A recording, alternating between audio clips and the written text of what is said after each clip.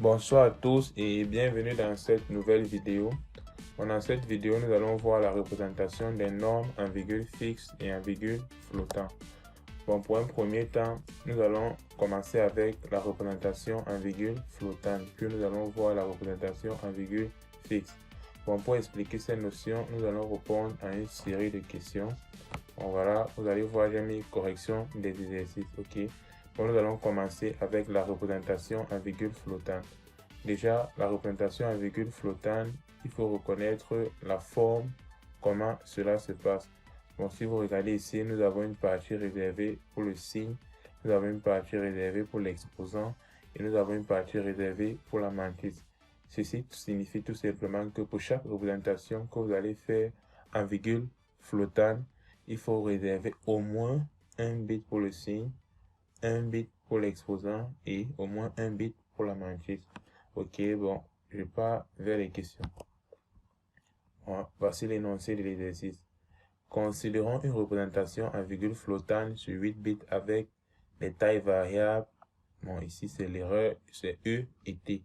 Ok, avec des tailles variables E et T. E pour l'exposant et T c'est pour la partie de la mantis.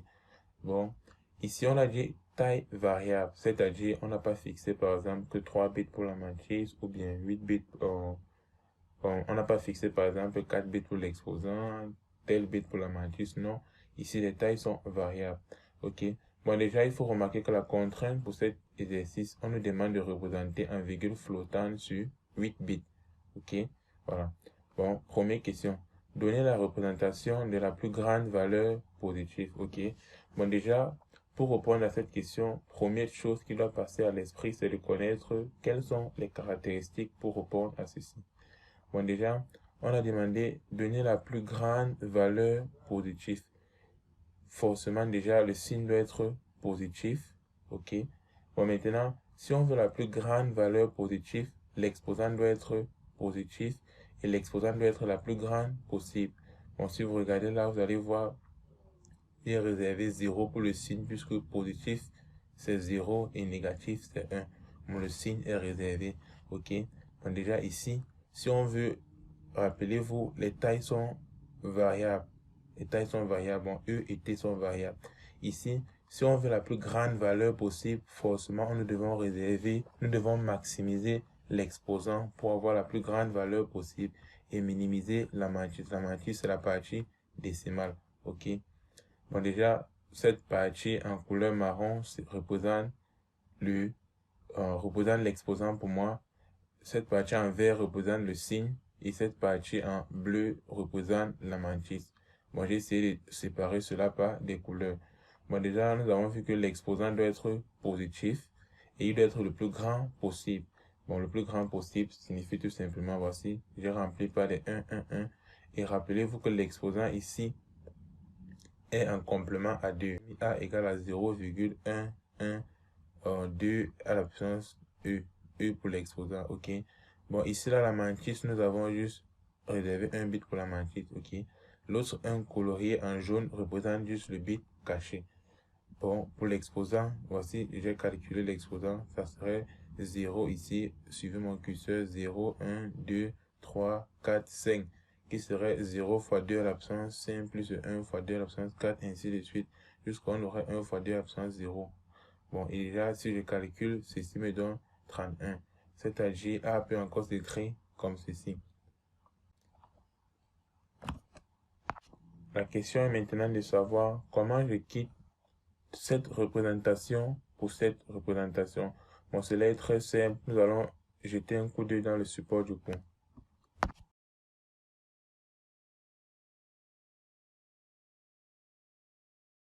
Représentation en virgule flottante. Bon, nous allons directement venir vers ici. Regarde. Étant donné un nombre flottant, c'est cette forme 0,D1, D2 jusqu'à dt fois un certain bêta à la puissance E, E pour l'exposant, sa valeur entière en base 10. Bon, déjà, ce qu'on essaye de faire à ce niveau, c'est de convertir ceci en base 10, puisque rappelez-vous, ici, nous sommes en base 2, binaire, représentation binaire, est égal à, bon, qu'est-ce que vous remarquez? On prend première valeur à côté du point, qui va faire D1 fois bêta à la puissance E moins 1. Vous voyez, ainsi de suite. Voilà comment ça fonctionne. Bon, après, on va prendre jusqu'à la dernière valeur. Dernière valeur après le point. Ok. Moi, si je reviens sur mon support, vous allez voir à ce niveau, j'ai 0,112 à la puissance 31. C'est tout simplement égal à 2 à la puissance, bon, c'est tout simplement égal à ce 1 fois 2 à la puissance 30 moins 1, plus 2 fois, plus 1 fois 2 encore à la puissance, cette fois-ci, moins 2. Vous voyez, ainsi de suite. Voilà comment ceci fonctionne. Bon, si on avait encore 1 là, ça va encore être plus 1 fois 2 à la puissance moins 3, ainsi de suite, comme nous avons vu dans le PDF. Bon, c'est un peu comme cela que ceci fonctionne. Bon, déjà, j'ai converti ceci en base 10. Bon, voici la représentation.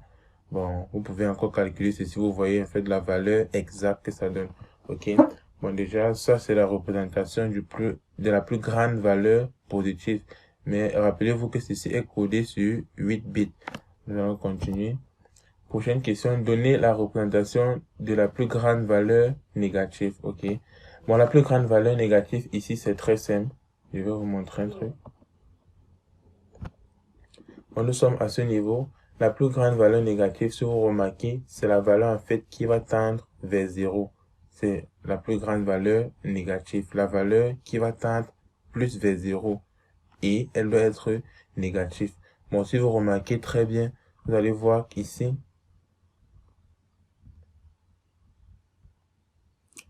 si vous remarquez très bien, vous allez voir ici, le signe déjà doit être négatif puisqu'on veut la plus grande valeur négative. Vous voyez? Et elle doit d'abord être négative. Exposant doit être négatif et l'exposant doit être le plus petit possible. Bon, j'explique cela. C'est très simple. Venez directement ici en bas et regardons ceci. Par exemple, je prends un exemple. J'ai 0,001 qui est supérieur à 0,00001. Nous sommes tous d'accord. OK? Maintenant, si je prends moins les deux côtés, c'est-à-dire si je divise par moins 1, je divise par moins 1, j'obtiens moins 0,0001 qui est inférieur en fait à moins 0,0001. Nous sommes d'accord à ce point. Okay? Ceci est supérieur à ça, mais quand on prend les parties négatives, ceci devient plutôt inférieur à ceci. Ok? Disons que j'écris ceci sur cette forme. Disons que j'écris sur cette forme, c'est-à-dire que je déplace la virgule 1, 2, 3, 4. Et quand on déplace vers la droite, la puissance est négative. Ok. Bon, ici, j'aurai moins 1 à la puissance moins 4. Bon, je maintiens mon signe. Bon, ici, rappelez-vous que ceci, c'est encore pareil que cela. Juste que c'est juste une autre représentation pour que vous voyez mieux ce que j'essaie d'expliquer. Bon, vous remarquez cela, et si vous remarquez tout ça, c'est juste un exemple. C'est-à-dire, ces valeurs-ci, c'est juste pour pouvoir expliquer ce que j'ai fait ici. Ok, qu'est-ce que vous remarquez? On cherche la plus grande valeur négative. On sait que la plus grande valeur négative, c'est la valeur qui tend plus vers 0. Et qu'est-ce qu'on remarque? Qu'on a cette valeur qui est plus petite que celle-ci. C'est-à-dire que moins 1 à la puissance moins 6 est plus grand que moins 1 à la puissance moins 4. Qu'est-ce que vous remarquez? Qu'à ce niveau, pour avoir la plus grande valeur négative, la puissance, c'est-à-dire l'exposant doit être négatif et elle doit être le plus petit possible parce que si vous regardez moins 4 et si vous regardez ces deux puissances, moins 4 et moins 6, vous allez voir que moins 6 est le plus petit. Et quand vous regardez encore très bien, vous voyez que moins 1 à la puissance moins 4 est plus petit que moins 1 à la puissance moins 6. C'est-à-dire que si vous prenez un autre exemple, vous allez vous retrouver peut-être avec, je sais pas, mais ça va respecter ce même principe-là. Bon, déjà, la valeur, l'exposant doit être négatif. Rappelez-vous que l'exposant, c'est la partie marron chez moi.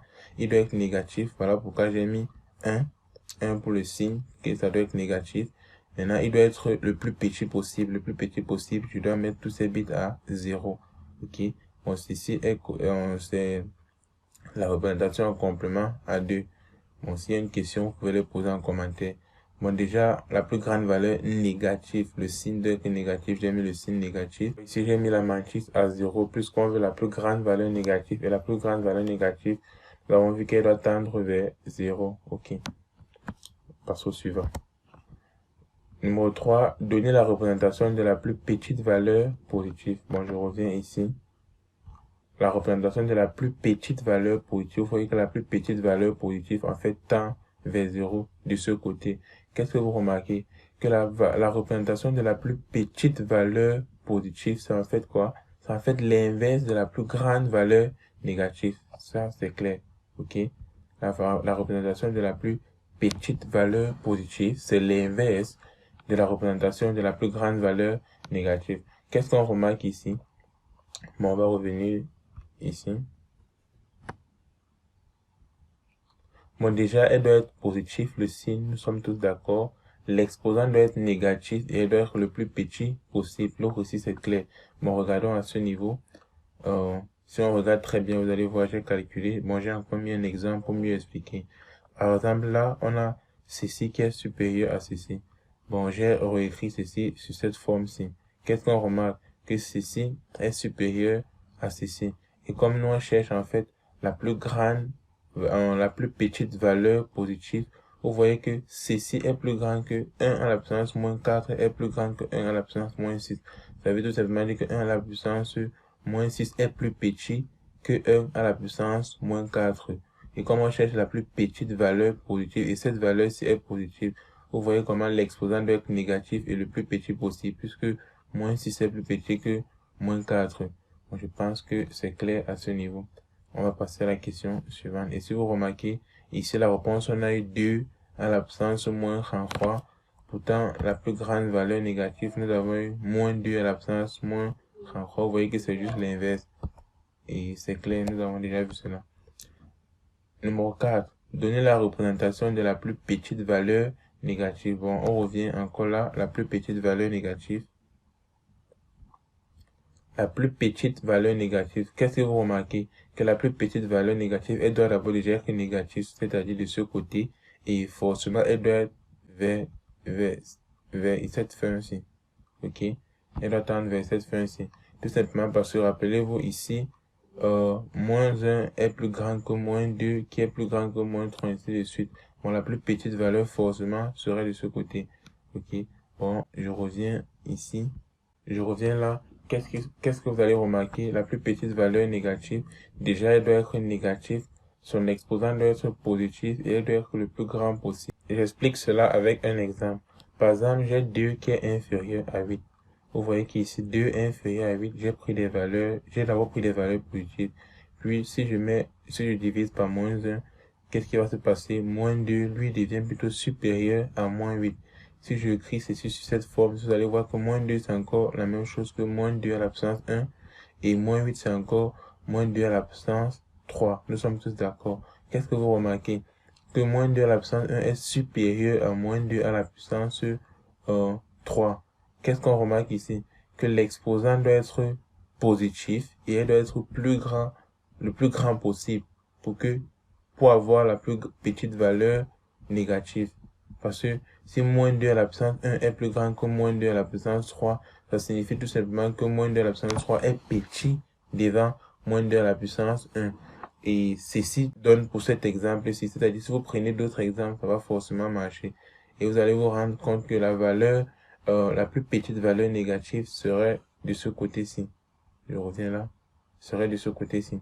Et ainsi de suite. Parce que on a pris l'exemple de moins 8 et moins 2. Vous avez vu comment moins 8 se trouvait de ce côté-ci. Et moins 2, lui, il est de ce côté-ci. Et ainsi de suite. Bon, pour n'importe quel exemple que vous allez prendre, ça va fonctionner. C'est comme ça qu'on regarde cela. Je pense que c'est clair. On va passer au suivant. Le 5. Donner la représentation du plus grand écart possible entre deux valeurs consécutives. Bon, pour ce type d'exercice, c'est très simple. Vous devez juste prendre vous devez juste prendre la représentation de deux nombres et ensuite calculer la différence pour trouver l'écart. Bon, ici, on a demandé du plus grand écart possible, c'est-à-dire que ces nombres déjà doivent être positifs et le plus grand écart possible entre deux valeurs consécutives. Qu'est-ce qui doit se passer? Ils doivent déjà être positifs, ils doivent avoir des signes positifs. L'exposant doit être positif et l'exposant doit être le plus grand ou le plus petit possible. Le plus grand ou le plus petit possible. Pourquoi je dis cela? Tout simplement parce que si on a peut-être une séquence comme une séquence d'entiers de 1 à 10, l'écart entre 9 et 10, c'est le même écart qui est entre 1 et 2. Vous voyez? C'est-à-dire que si vous représentez cela en virgule flottante, comme nous allons faire ici, et vous calculez l'écart, c'est le même écart. Voilà pourquoi au niveau de l'exposant, vous pouvez, il peut être plus grand ou plus petit, mais ce qui est important, c'est qu'ils doivent être positifs. Désolé. Ce qui est important, c'est qu'ils doivent être positifs. Bon, voici, j'ai essayé de représenter le nombre 1 et le nombre 2. Bon, ici, j'ai choisi en fait un exposant positif et plus grand possible, mais c'est pas trop important. Bon, au niveau de la matrice, vous allez voir ici, j'ai mis une matrice 0. Ici, j'ai mis une matrice à 1. Oui, je fais ceci pourquoi? Tout simplement parce qu'on aimerait obtenir deux valeurs consécutives, c'est-à-dire un qui suit l'autre. Bon, quand si j'essaie de représenter A ici représente mon nombre 1. J'ai essayé de représenter, j'ai déjà expliqué cela. On a 0, comme on a le bit caché, j'ai mis en jaune. Vous voyez, fois 2 à la puissance 31, c'est l'exposant. Vous savez déjà comment calculer l'exposant. J'ai calculé et j'obtiens ceci. J'ai déjà expliqué. Ici, on a seulement 0,1. Bon, ça serait égal à 1 fois 2 à la puissance 31 moins 1, ok, qui donne 2 à la puissance 30.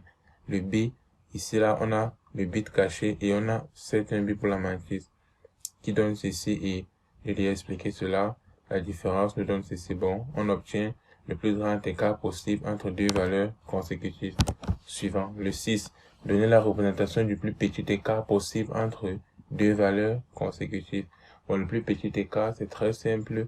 Les signes doivent être positifs, les exposants doivent être négatifs. Pourquoi exposants négatifs? Tout simplement parce qu'on cherche à voir le plus petit écart. C'est-à-dire, rappelez-vous que les signes doivent être positifs, c'est clair, mais rappelez-vous que 2 à la puissance moins 3, c'est encore égal à 1 sur 2 à la puissance 3, qui est égal à 1 sur 8. Vous voyez que, en fait, on doit travailler avec des petites valeurs pour trouver les petits écarts.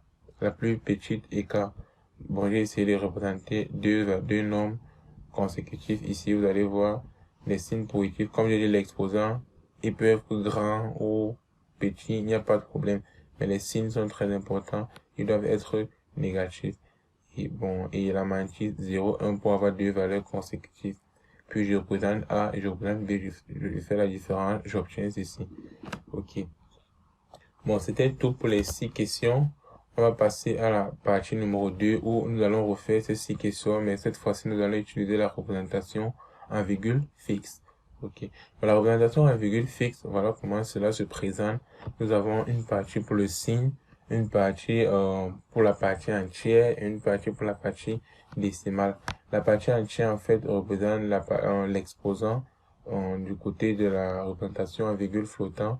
Et la partie décimale représente tout simplement la matrice du côté en virgule flottant. Bon, ici nous sommes en virgule fixe. Voici la représentation. C'est-à-dire, quand vous allez représenter, il faut vous assurer que vous réservez au moins un bit pour l'exposant, au moins un bit pour la partie entière, au moins un bit pour le signe et au moins un bit pour la partie décimale.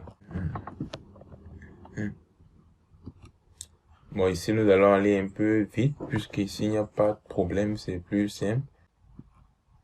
Donner la représentation de la plus grande valeur positive. Bon, déjà, elle doit être positive. Et ici, nous sommes en virgule fixe. Bon, on parle de partie entière et partie décimale. Bon, nous devons maximiser la partie entière si on veut avoir la plus grande valeur positive. Bon, déjà, rappelez-vous que les tailles étaient variables. Bon, j'ai décidé de maximiser l'exposant. Voilà pourquoi j'ai pris cela sur 6 bits et j'ai pris 1 bit pour la partie décimale. Puisque rappelez-vous qu'en virgule fixe, on doit réserver au moins 1 bit pour le signe, au moins 1 bit pour la partie entière et au moins 1 bit pour la partie décimale. Bon, voici. La partie entière, j'ai mis 3, 1, 1, 1 pour avoir la plus grande valeur possible. Bon, si on essaye de convertir ceci, vous allez voir, on obtient bon, ici, là, regardez, suivez mon curseur. La partie décimale, on aura ici, la partie entière, on aura 0, 1, 2, 3, 4, 5. Vous allez voir. Bon, ici, j'ai un peu fait l'erreur. Normalement, c'est 1 fois 2 à la puissance 5 avant de fermer la parenthèse. Pas fermer la parenthèse avant de mettre la puissance, non.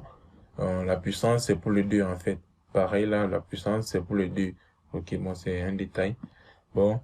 On va travailler ainsi de suite comme ceci pour la partie entière. Maintenant, pour la partie décimale, c'est moins 1. C'est-à-dire pour la partie décimale, comme pour la partie entière, on a terminé avec 0 ici.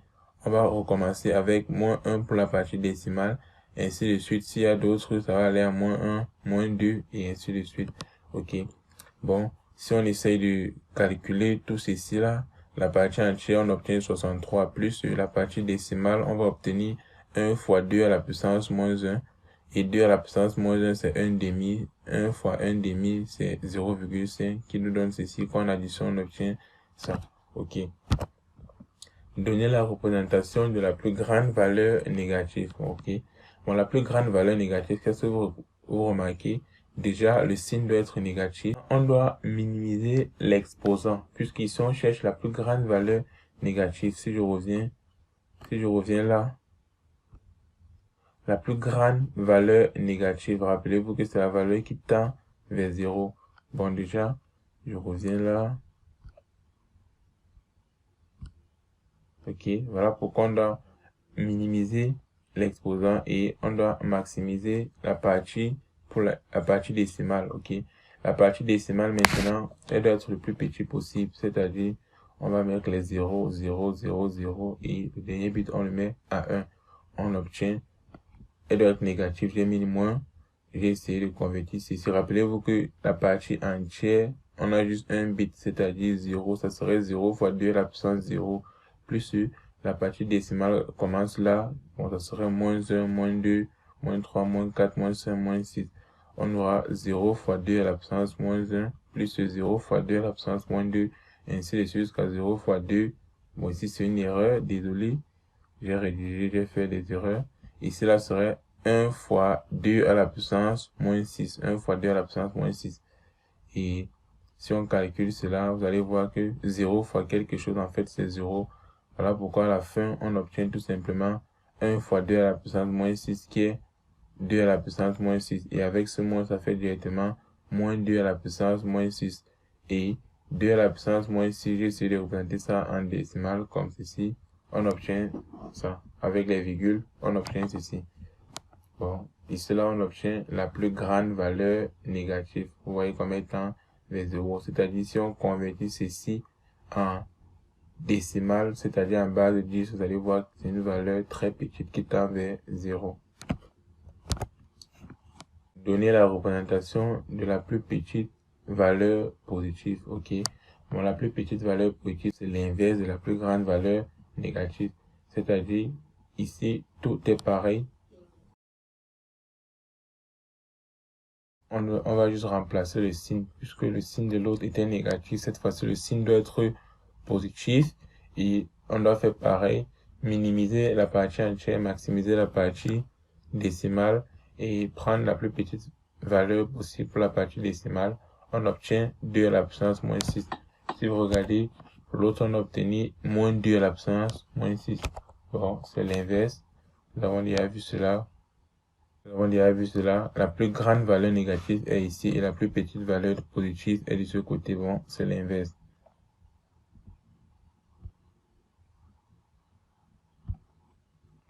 Nous allons continuer. 4. Donner la représentation de la plus petite valeur négative. Bon, déjà, elle doit être négative et ici, là, on doit maximiser la partie entière. C'est très simple. Si on revient là, vous allez voir, regardez très bien, en valeur absolue, on doit maximiser les parties entières. Vous voyez, ici, là, si on enlève moins, vous voyez que 4 est grand.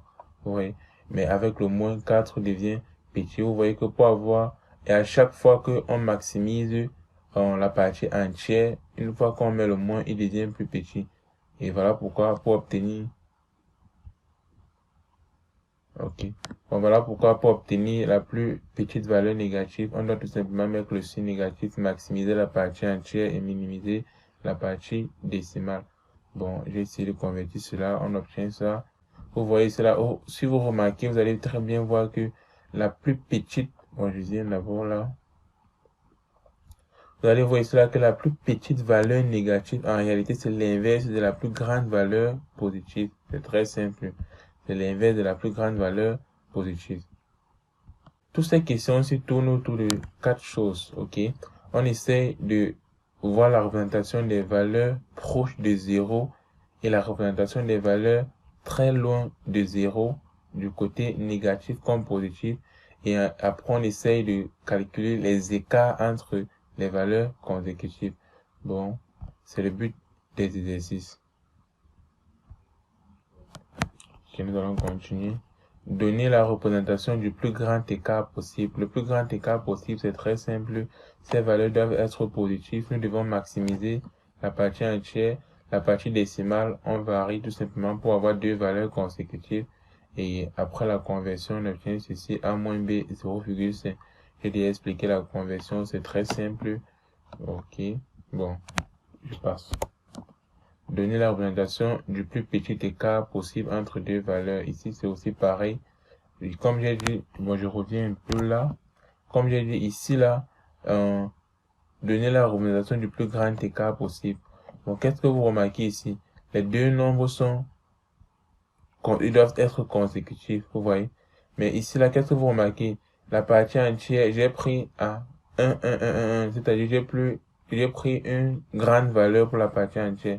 Mais ceci n'a pas d'importance. Vous pouvez toujours prendre une petite valeur, c'est-à-dire vous pouvez toujours décider de mettre les 0, 0, 0 sur cette partie entière. Il n'y a aucun problème. Pourquoi? Parce que j'ai pris un exemple que si on a une séquence de chiffres comme 1, 2, 3, 4, 5, 6, 7, à 10 ou bien 0, 1, 2 à 10, l'écart qui est entre 0 et 1, c'est le même écart qui est entre 9 et 10.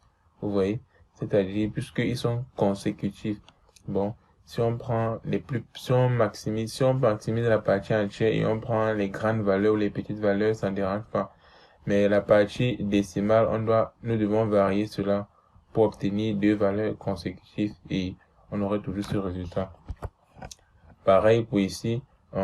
Ici, on essaie de calculer le plus petit écart possible. Bon, déjà, nous devons minimiser la partie entière et maximiser la partie décimale. Maintenant, au niveau de la partie décimale, si vous voulez, vous prenez 1, 1, 1, 1, c'est-à-dire les plus grandes valeurs possibles pour la partie décimale ou bien une petite valeur. Il n'y a pas de différence puisque déjà, si les deux sont consécutifs, la différence, on aurait le même résultat. Ok, bon, pour représenter, vous allez voir ici à la fin de la partie décimale, j'ai mis 0, ici j'ai mis 1 pour que les deux valeurs soient consécutives. Et au niveau d'ici, là, j'ai mis 1 et 1. Mais vous pouvez décider de mettre 0 et 0, il n'y a pas de problème. Pour les cas, on va obtenir toujours 2 à l'absence, moins 6. Bon, je pense que j'ai terminé avec le tutoriel. Pour toute question, vous pouvez les poser en commentaire. Je vais répondre à toutes les questions. Merci et à bientôt.